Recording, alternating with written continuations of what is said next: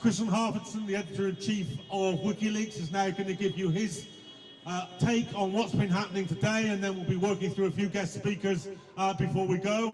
Today, Julian's lawyers were presenting the arguments against his extradition, the arguments that they do want a chance to present in a full appeal.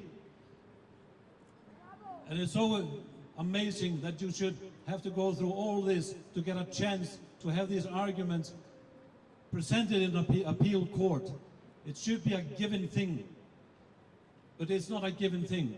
We still have to wait for the decision by these two judges here. Each and all of the arguments presented here today by Julian's lawyers would in itself suffice in a normal country to stop the extradition. How can you send Julian Assange to a country which wanted him dead and openly discussed the ways and means to do so? That's outrageous. That should in itself be sufficient. All the other arguments that pile on top of it just strengthen the case.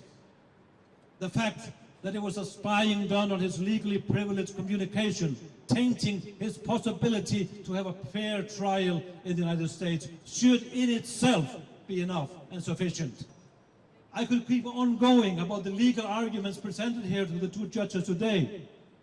Such arguments that it would be in any normality in a civilized country absolutely impossible to come to other conclusion that at least allow him the opportunity to go through the appeal process. My hope is with you, that you can persuade the judges to finally listen to the argument. You tell them you are watching, your eyes are upon them. You will be their judges.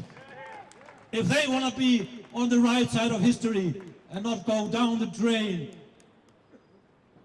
they need to listen to you. The persecution and the attempted extradition of Julian Assange is all about stopping the truth, because they don't want the truth to be out there, because they behave badly. They're still behaving like colonialists. Their mindset is still colonialist, and that too has been exposed in Ukraine and in Gaza. Western imperialism is still on the march, and Julian Assange had the audacity to expose the fact that they commit war crimes morning, noon and night to achieve their ambitions. Well, you know what? The people of the world are waking up. The people of the world have had enough of them. Because we represent the voices of truth, the voices of freedom, and the voices of resistance. And that is why Julian Assange is in that court.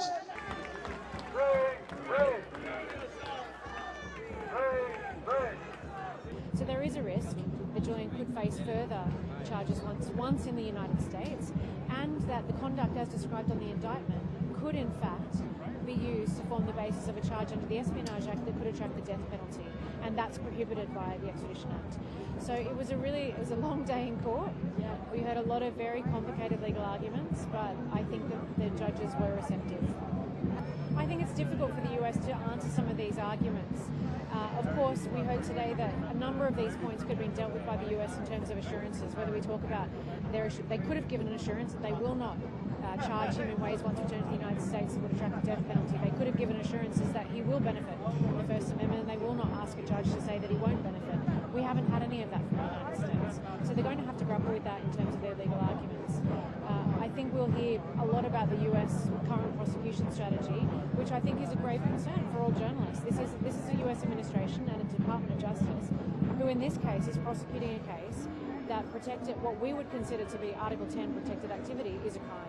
What happened inside I thought was quite promising. There were two lawyers arguing for Assange, and they went over the basic tenets of the case, which is that this is a political prosecution, which is outlawed by the US-UK extradition treaty of 2003. You can't extradite people for political offences, and he's charged mostly under the Espionage Act of 1917, and espionage itself, case law has shown, is a political offence. So at heart, it should be struck out. They also went through the arguments about how it contravenes the European Convention on Human Rights.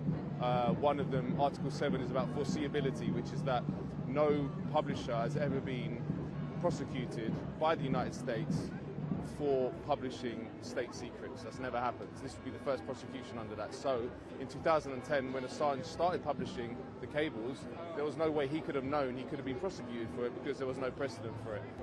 I think that the arguments made by the defence today were quite compelling, and the issues raised certainly merit full consideration in a proper hearing. It was really refreshing to be back on the broader substance of the case, because for the past 3 years, proceedings became more and more narrowly focused only on mental health issues or prison conditions in the US. So today we heard arguments again on the political nature of the case, the fact that that this is the first time that journalistic activity has been targeted this way by the Espionage Act. We heard for the first time really in court about the shocking CIA assassination plot against Assange, and that's one of those things that if it were any other case, I think would have drew a far stronger reaction than it did, but somehow it gets dismissed here. It deserves examination by a court. So what I walk away from today saying very much is we need a full hearing. We have never been able at any point to rely on the political establishment or the court system to defend Julian Assange. This has been a work that we've had to do ourselves. This has been about people power.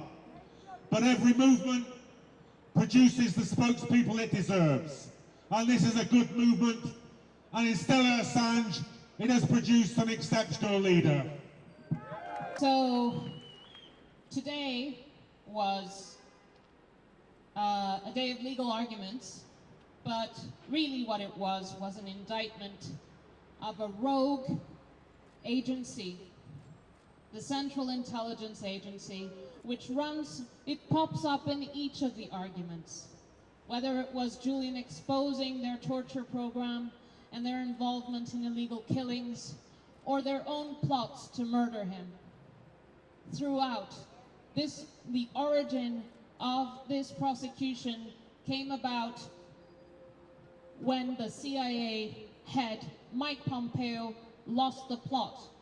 He lost the plot, and then he instrumentalized his agency to go after a media organization, to plot the murder of a journalist, and to imprison a publisher in London. They lost the plot.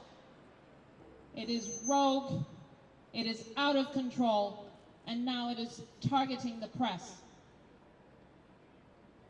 Whatever happens in the coming days, it's now been aired in court. The murder plot, the political motivation coming out of Mike Pompeo's obsession with killing Julian,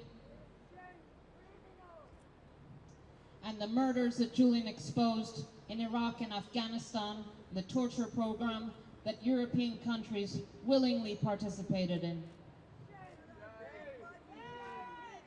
We free Julian, we regain our democracy.